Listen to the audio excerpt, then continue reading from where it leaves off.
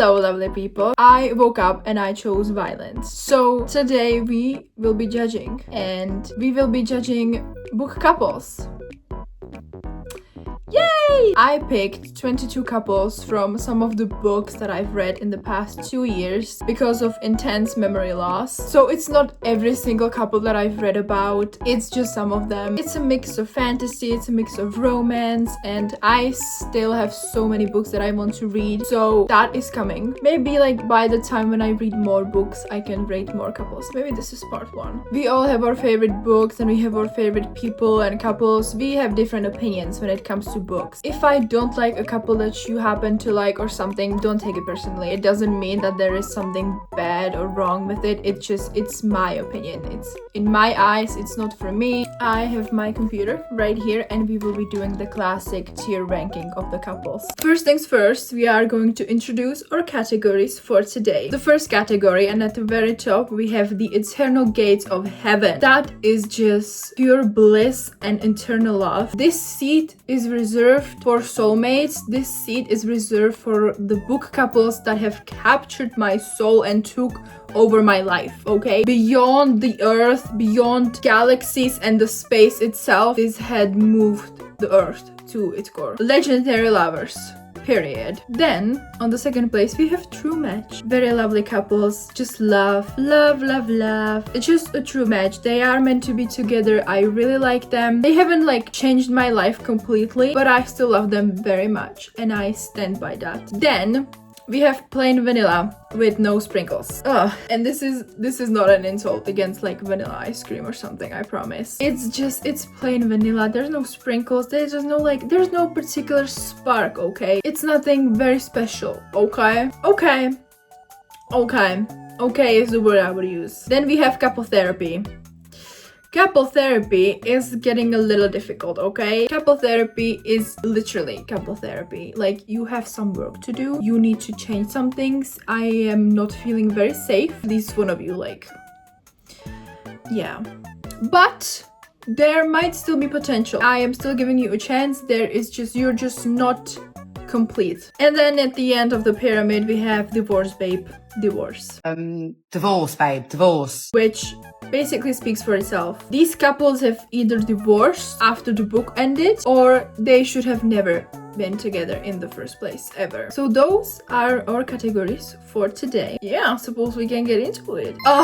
Starting off strong, we have Carawel, which means Julian and Scarlett. I love them immediately. I don't even have to think about it. They are immediately going to the eternal gates of heaven. They were meant for each other. If you have watched any of my Carawel reading vlogs, then you know how obsessed I am with them. If you haven't, I am telling you right now, I am obsessed with them. I love them so much. So much. They are just, they saved each other's lives. He gave her a day of his life. They very much are giving like a princess and a pirate kind of dynamic. They're funny. They love each other very deeply. They are amazing. I have absolutely nothing wrong to say about them. Actually, at the very beginning, Julian kind of had to work on his lies. But none of those lies were like about anything harmful. If anything, they were to protect her. You need to be honest, Julian. But he learned his lessons.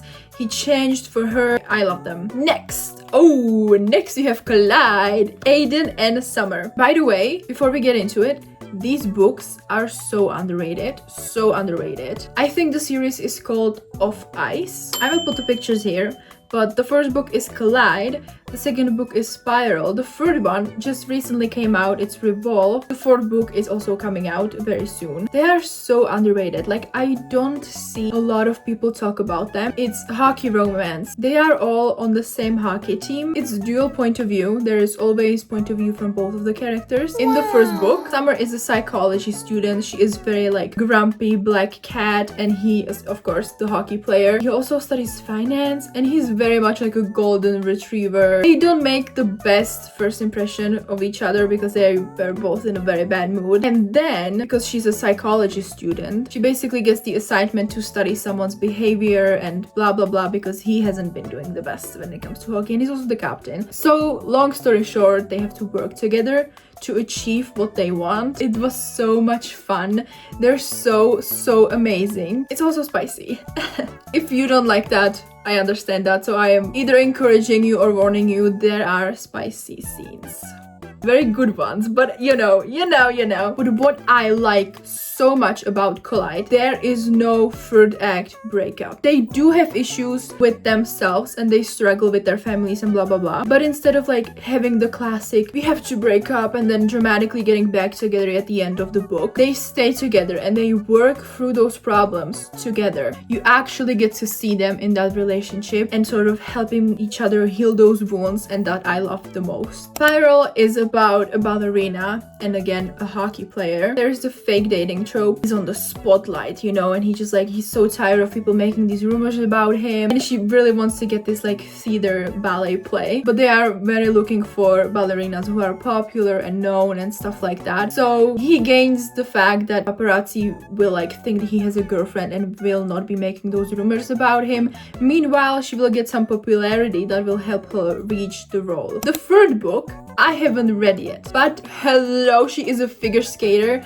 Incredible. I think he isn't a hockey player anymore. I think something happened. I don't know yet. Okay, I haven't read it. But yes. And the fourth book, again, he's a hockey player. She is his tutor, I think. And she's supposed to be the coach's daughter or something. I think so. So very fun. And it really has this like found family vibe. You know, they all have a group chat. They're so funny. I would really recommend reading it in that order because it's chronological, but you don't have to. Anyways, that is to say, I love them. I love them so much. I don't know what more to say because I already yapped a lot about the books. I really like them and I have very good memories on this book. So underrated, so underrated. Ooh, and then we have Cruel Winter with You, which is a novella from Ali Hazelwood. If you haven't read it, I recommend it. I really recommend it. As you can tell, it's Christmassy. I can't be too poetic because it's novella and they didn't really like get that much spotlight as the other couples, but it is like childhood friends, two lovers, and there's angst. It's just always been pining over her, and then they get like stuck in this cabin because of the snowstorm. You get it. And yes, true match. They truly, like, Ali Hazelwood somehow manages, even if it's like a novella, she manages to create such chemistry and connection. It's insane, and I love Ali Hazelwood. Love you, queen. Then we have Fake Skating, Alec and Danny. This book is now getting a movie, by the way, which is amazing. And I knew that this book is very favorite by a lot of people, so trigger warning, but I did not like it. Childhood friends, they get separated through miscommunication, and then they meet again, and they're just like mad at each other, and they're trying to like sabotage each other. It's going into plain vanilla with no sprinkles. I am so sorry, but for me, that's how I feel. There were some very adorable moments in the book, but the miscommunication me off so much. If these characters, without being so stubborn and just assuming everything, if they would literally just sit down together and have a conversation for like 2 minutes, everything would be resolved. And I hate miscommunication. I really hate it. It almost felt as if they didn't develop any real feelings for each other, and they were just still stuck on the past feelings from their childhood, you know, like they were constantly talking about how they felt when this happened and blah blah blah. Now that they're older, they weren't like necessarily developing anything new, and it felt like old love and not a new one. I'm sorry. I gave the book 2 stars. There's nothing wrong with it, truly. The writer is great. There is nothing wrong with the book, but I just didn't feel it. It was not for me. I did not feel the spark. Next we have Kenji and Nazira from the Shatter Me series. But I specifically picked the Find Me novella because it's from Kenji's point of view and you get to see them. Yes is all I have to say. Kenji and Nazira are going to do true match, but I am putting them at the very first spot actually. Love them. And even now with like the new Republic series with Watch Me and Release Me and everything, second chance trope, okay? Second chance romance trope, guys. Trust me. And also, the Haramafi confirmed that they are endgame. Just trust, and it will be so good, you know, because we've seen their relationship from the beginning, and now they're at this point, but we will see. Oh, it will be perfect. Trust the process, trust the process. I love them, everybody loves them, and for a good reason, because they are amazing. They don't need any introduction, okay? Love it. Ooh, then we have another novella from Ali Hazelwood. This one got a little kick into it. This novella is basically about a vampire woman, and he is a vampire hunter, and they have been hunting each other for centuries, like genuinely trying to kill each other for centuries. But what is even crazier is that they have this giant fight, and he basically hits his head and he forgets everything. So then instead of her like abandoning him, she just has him in her apartment and she doesn't know what to do with him. He doesn't remember anything, but he's like, I can feel it, like we have something real, and like I feel this pull towards you, like I might not remember you, but I know that you have always been mine, or something like that. You know, you get it. I loved it. If you're looking for like some funny, quick vampire romance read, I really recommend this. They are also going into the true match. By the way, Cruel Winter and Hot for Slayer, they are just ebooks, like electronic books. They are not in a physical copy. Oh my god. Oh my god. Juliet Ferrars and Aaron Warner Anderson from the Shadow Me series. Yes. They are everything. They invented love and they invented marriage, actually. Like, they are just perfect. I don't want to talk too much about them because this video would have like 2 hours, but you just know. There is no way you don't know about them, okay? You just know. They are amazing. Their relationship is so deep and so intimate, and it started again as like enemies to lovers, sort of. All I'm going to say is every single time. Every single time. If you know, you know, every single time. Now we have legendary Donatella and Legend. I'm not going to reveal Legend's true identity in case someone who hasn't read the books is watching. I love Donatella and Legend. Juliet and Scarlet are still my favorite, but I love Donatella and Legend. I do. Even darkness of it at the very beginning, and the whole triangle, and just like the tension and the angst. I was like this, yes. Yeah, then we have Love on the Brain. Levi and B, I'm pretty sure were their names. Rest in peace. And like I said, I love Ali Hazelwood. I love her. I have every single book that she has in like physical copy. I have it. I haven't read them all. Not yet.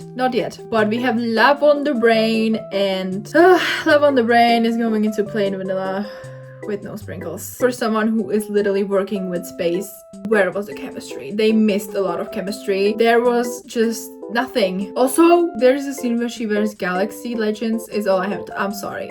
What was the point? What was the reason? But I was very excited about this book because they were like giant Star Wars nerds, and I love Star Wars. The Star Wars mentions were probably the best thing about this book for me. Again, Ali Hazelwood, I love you, queen.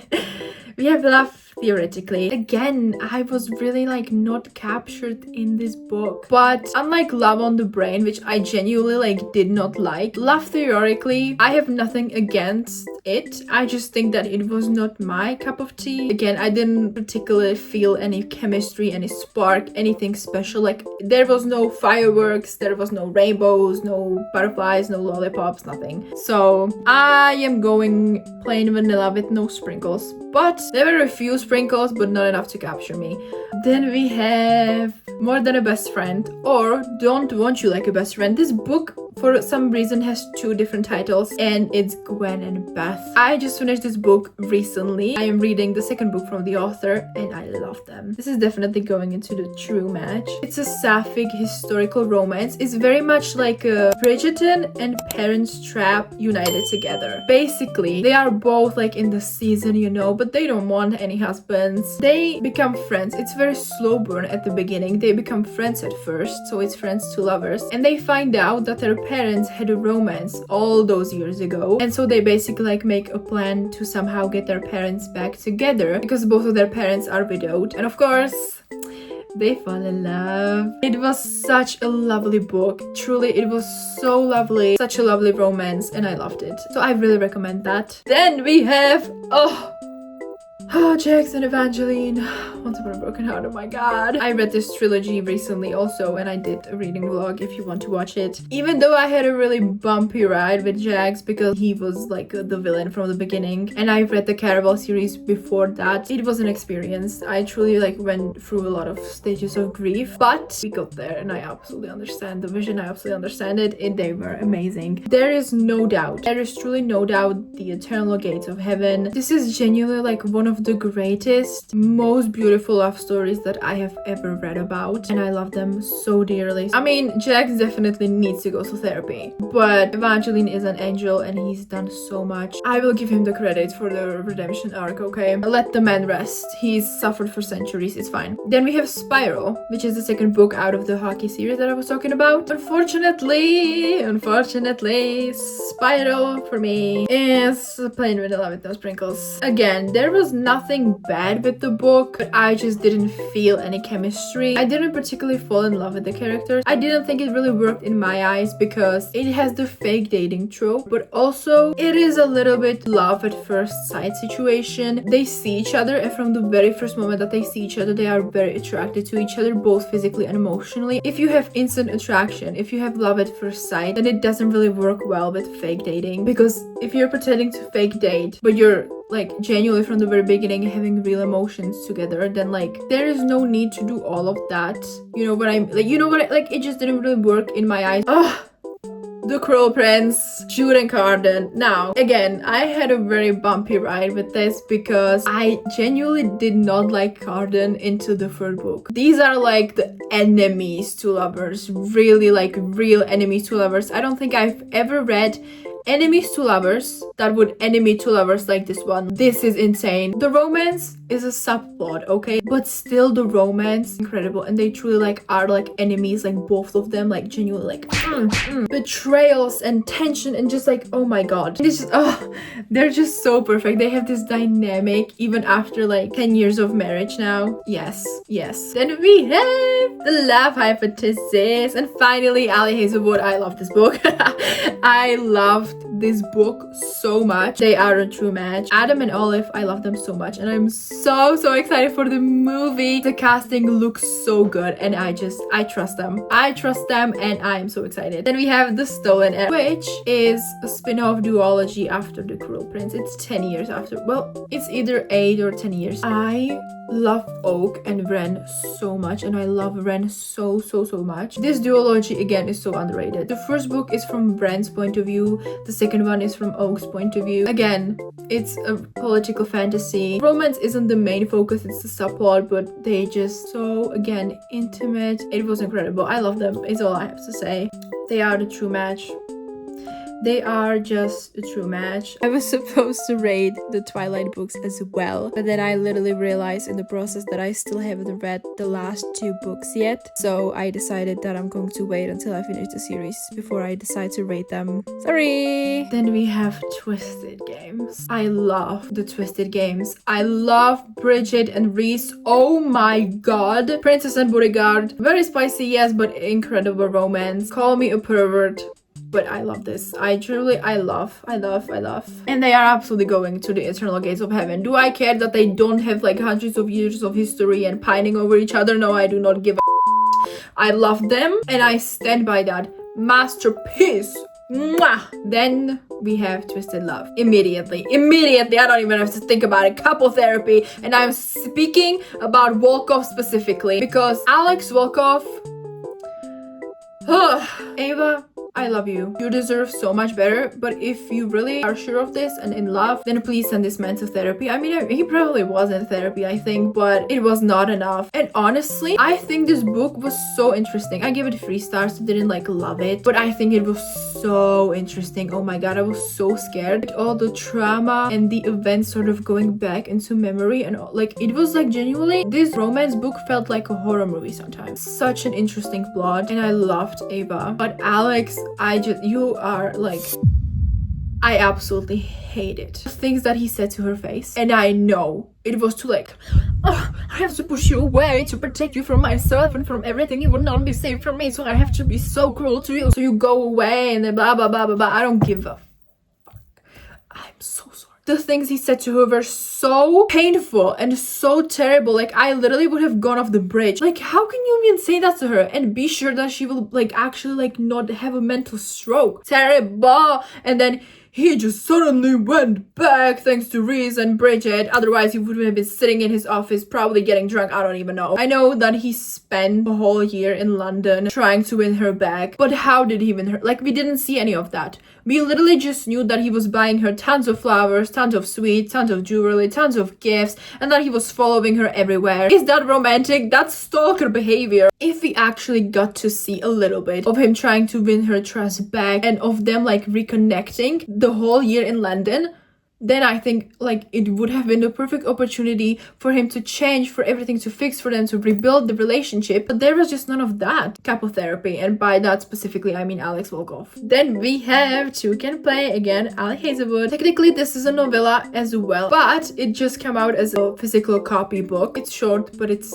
not too short, and it's just I love them. I loved it. Two video game designers, but she's sort of focusing on the characters and he's on the action and the combat. Basically they want to create like a third part of a video game, and they want the characters and the story and the combat to be balanced, and so they want to hire both of the companies, because they work for separate different companies who are against each other, you know, because they are competition. To make this video game they want to hire both of these companies, and so they basically like send them on a retreat to test if they can work together or not.